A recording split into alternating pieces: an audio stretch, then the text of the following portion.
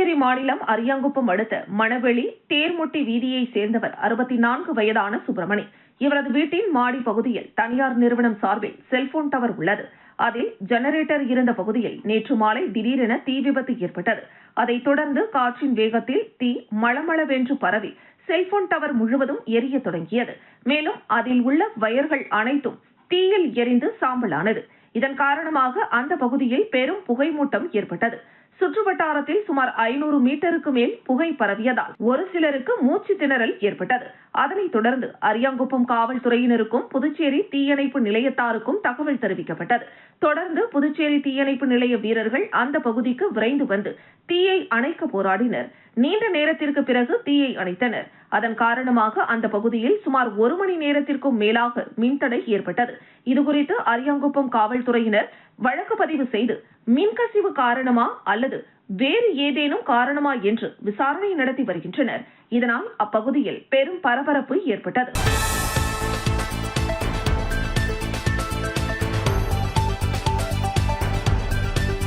புதுச்சேரியில் கஞ்சா, குட்கா மற்றும் ஹான்ஸ் போன்ற போதைப் பொருட்களை விற்க அரசு தடை விதித்துள்ளது.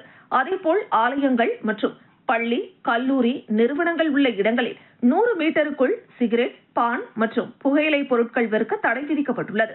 ஆனால் இந்த தடையை மீறி பெட்டி கடைகளில் குறைந்த விலைக்கு புகையிலை பொருட்களை வாங்கி அதிக விலைக்கு விற்பனை செய்து வருகின்றனர். இது தொடர்பாக பல்வேறு புகார்கள் காவல்துறைக்கு வந்த வண்ணம் உள்ளது. இதைத் தொடர்ந்து உரிய நடவடிக்கை எடுக்க காவல்துறை தலைமையகம் உத்தரவிட்டிருந்தது. இதையடுத்து புதுவை முழுவதும் அதிரடிப்படை மற்றும் போதை தடுப்பு பிரிவு காவல்துறையினர் தீவிர கண்காணிப்பு பணியில் ஈடுபட்டனர். இந்த நிலையில் குருவிநத்தம் பகுதியில் தடை செய்யப்பட்ட போதைப் பொருள் விற்பனை செய்யப்படுவதாக காவல்துறையினருக்கு ரகசிய தகவல் கிடைத்தது. இதையடுத்து அதிரடிப்படை மற்றும் பாகூர் காவல் நிலைய உதவி ஆய்வாளர் சிவக்குமார் தலைமையிலான காவல்துறையினர் தீவிர கண்காணிப்பு பணியில் ஈடுபட்டனர். அப்போது குருவிநத்தம் சோரியாங்குப்பம் செல்லும் சாலையில் உள்ள ஒரு பெட்டி கடையில் அதிரடியாக சோதனை நடத்தினர். சோதனையில் மூட்டை மூட்டையாக தடை செய்யப்பட்ட போதைப் பொருட்கள் பதுக்கி வைத்திருந்தது தெரியவந்தது. இதையடுத்து ஹான்ஸ், கூலிப் உள்ளிட்ட 35 மூட்டைகள், 150 கிலோ எடை கொண்ட புகையிலை பொருட்கள், 75,000 ரூபாய் பணம் ஆகியவை பறிமுதல் செய்தனர். இதன் மதிப்பு சுமார் 3.5 லட்சம் ஆகும். இது தொடர்பாக தடை செய்யப்பட்ட புகையிலை பொருட்கள் விற்பனையில் ஈடுபட்ட இருளஞ்சந்தை பகுதியை சேர்ந்த 27 வயதான பரசுராமன், உள்ளேரிப்பட்டு பகுதியை சேர்ந்த 25 வயதான தினகரன் ஆகிய 2 பேரை காவல்துறையினர் கைது செய்து விசாரணை நடத்தி வருகின்றனர். இதேபோல் புதுச்சேரி கடலூர் சாலை கன்னியகோவில் பகுதியில் தடை செய்யப்பட்ட போதைப் பொருட்கள் விற்பனை செய்யப்படுவதாக போதை தடுப்பு பிரிவு காவல்துறையினருக்கு ரகசிய தகவல் கிடைத்தது. அதன் அடிப்படையில் போதை தடுப்பு பிரிவு மற்றும் கிருமாம்பாக்கம் உதவி ஆய்வாளர் சண்முக சத்யா தலைமையிலான காவல்துறையினர் அப்பகுதியில் தீவிர கண்காணிப்பு பணியில் ஈடுபட்டனர். அப்போது கன்னியகோவில் தனியார் திருமண மண்டபம் அருகே உள்ள பெட்டி கடையில் அதிரடியாக சோதனை நடத்தினர். சோதனையில் 75 கிலோ எடை கொண்ட ஹான்ஸ், கூலிப் உள்ளிட்ட போதைப் பொருட்களை பறிமுதல் செய்தனர். இதன் மதிப்பு சுமார் 40,000 ரூபாய் ஆகும். இதையடுத்து தடை செய்யப்பட்ட போதைப் பொருட்கள் விற்பனையில் ஈடுபட்ட சுள்ளியாங்குப்பம் பகுதியை சேர்ந்த 75 வயதான சந்திரசேகர், கடலூர் பகுதியை சேர்ந்த 38 வயதான வெங்கடேசன் ஆகிய 2 பேரை கைது செய்து விசாரணை நடத்தி வருகின்றனர்.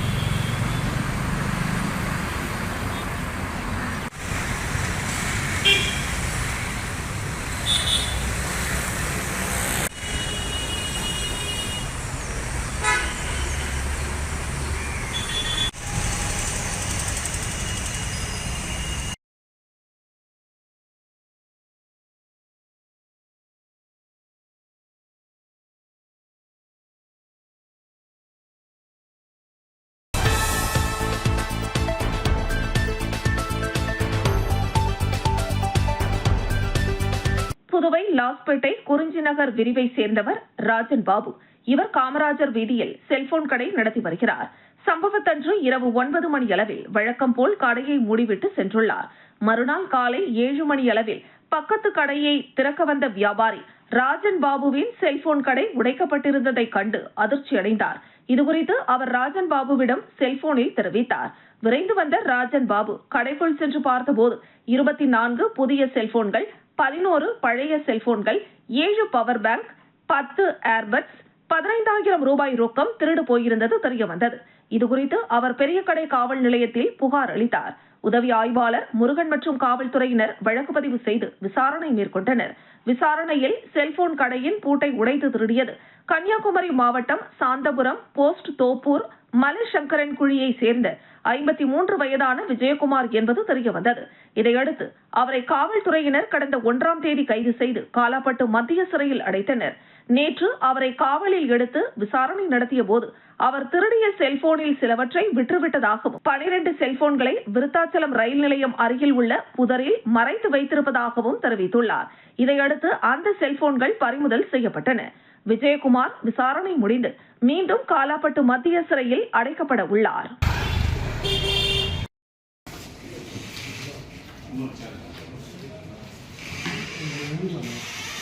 வீடியோ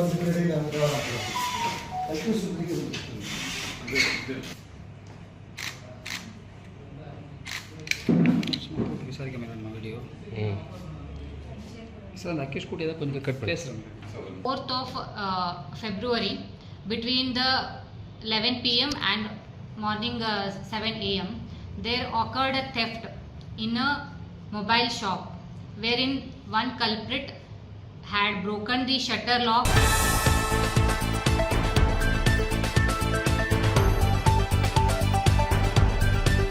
புதுச்சேரியில் மாநில சட்டசபை தேர்தலுக்கான வாக்குப்பதிவு வரும் ஏப்ரல் 9ஆம் தேதி நடைபெற உள்ளது. அதற்கான அறிவிப்பு தேர்தல் ஆணையம் அறிவித்ததையொட்டி தேர்தல் நடத்தை விதிகள் உடனடியாக அமலுக்கு வந்தது.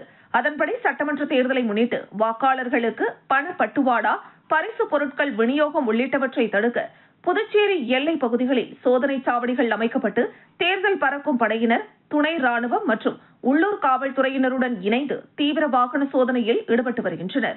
மேலும் நகர மற்றும் கிராம பகுதிகளிலும் சோதனையானது தொடர்ந்து நடைபெற்று வருகிறது. அதன்படி தமிழகம் புதுச்சேரி எல்லையான கருவடிக்குப்பம் கிழக்கு கடற்கரை சாலையில் அமைக்கப்பட்டுள்ள சோதனை சாவடியில் தேர்தல் பறக்கும் படையினர், துணை ராணுவத்தினருடன் இணைந்து வெளிமாநில வாகனங்களில் பணம் மற்றும் பரிசு பொருட்கள் கொண்டுவரப்படுகிறதா என தீவிர சோதனை மேற்கொண்டனர். இதேபோல் நகர பகுதியான SV பட்டேல் சாலை, மிஷின் வீதி பகுதிகளிலும் தொடர் சோதனையானது நடைபெற்றது.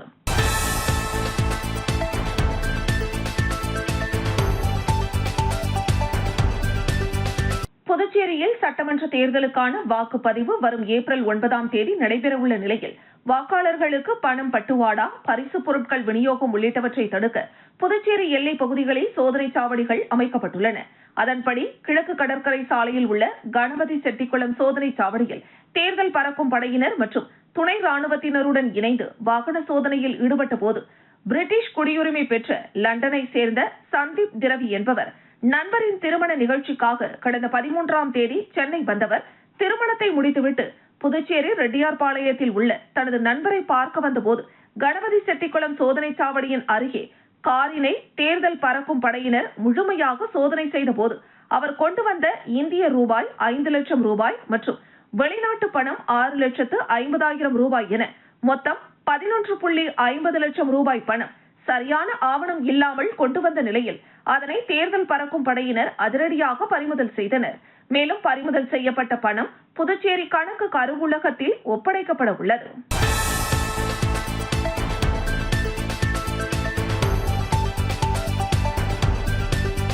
புதுச்சேரி சட்டமன்ற தேர்தல் அறிவிக்கப்பட்டதையொட்டி கலால்துறை சார்பில் கண்காணிப்பு தீவிரப்படுத்தப்பட்டுள்ளது.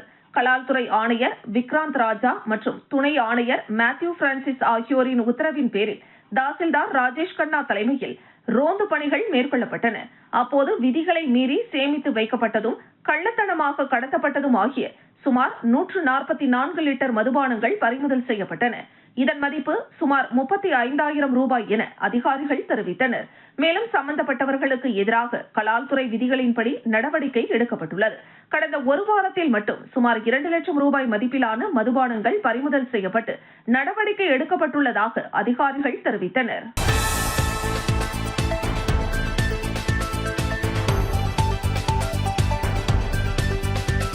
புதுச்சேரியில் நடைபெறவுள்ள சட்டமன்ற தேர்தலை முன்னிட்டு வேட்புமனு தாக்கல் பணிகள் தொடர்ந்து நடைபெற்று வருகின்றன. அதன் ஒரு பகுதியாக 3வது நாளாக இன்று நடைபெற்ற வேட்புமனு தாக்கல் செயல்முறையில் பல்வேறு அரசியல் கட்சிகளைச் சேர்ந்த முக்கிய வேட்பாளர்கள் ஆர்வமுடன் கலந்து கொண்டு தங்களது மனுக்களை தாக்கல் செய்தனர். இதன் மூலம் புதுச்சேரி அரசியல் களம் மேலும் சூடுபிடித்துள்ளது. இந்த நிலையில் காங்கிரஸ் கட்சி சார்பில் முன்னாள் அரசு கொறடா அனந்தராமன் மணவெளி தொகுதியில் போட்டியிடும் வகையில் தேர்தல் அலுவலகத்தில் தனது வேட்பு மனுவை தாக்கல் செய்தார். அவருடன் கட்சி நிர்வாகிகள் மற்றும் ஆதரவாளர்கள் திரளாக கலந்து கொண்டு உற்சாகத்தை வெளிப்படுத்தினர். அதேபோல் திமுக சார்பில் இளைஞரணி மாநில அமைப்பாளர் சம்பத் முதலியார்பேட்டை தொகுதியில் போட்டியிட வேட்புமனு தாக்கல் செய்தார்.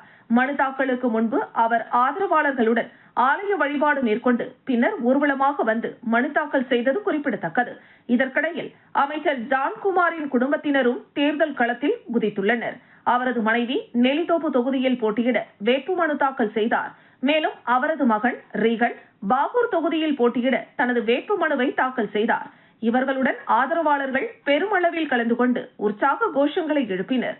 மொத்தத்தில் 3வது நாளாக இன்று புதுச்சேரியில் 5ற்கும் மேற்பட்ட வேட்பாளர்கள் வேட்புமனு தாக்கல் செய்துள்ளனர். இதனால் தேர்தல் பணிகள் வேகமெடுத்து வரும் நிலையில் அடுத்தடுத்த நாட்களில் மேலும் பல்வேறு கட்சியினரின் வேட்புமனு தாக்கல்கள் அதிகரிக்கும் என எதிர்பார்க்கப்படுகிறது. நடைபெறக்கூடிய 2026 சட்டமன்ற தேர்தல் குறுகிய காலத்தில் அறிவிக்கப்பட்டிருக்கிறது. வேட்புமனு தாக்கல் செய்வதற்கான அவகாசமும்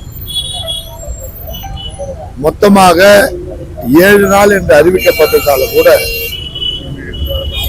திராவிட மாடல் ஆட்சி பாண்டிச்சேரியில் நடக்கணுன்றத எங்களோட விருப்பத்தை அவர்கிட்ட சொன்னோம். அவரும் ரொம்ப சந்தோஷமா இந்த தடவை பாண்டிச்சேரிக்கு அதிக முக்கியத்துவம் கொடுத்து அதுக்கான எல்லா முயற்சியும் ஐயா வந்து எங்களை செய்யணும்னு சொல்லியிருக்காங்க.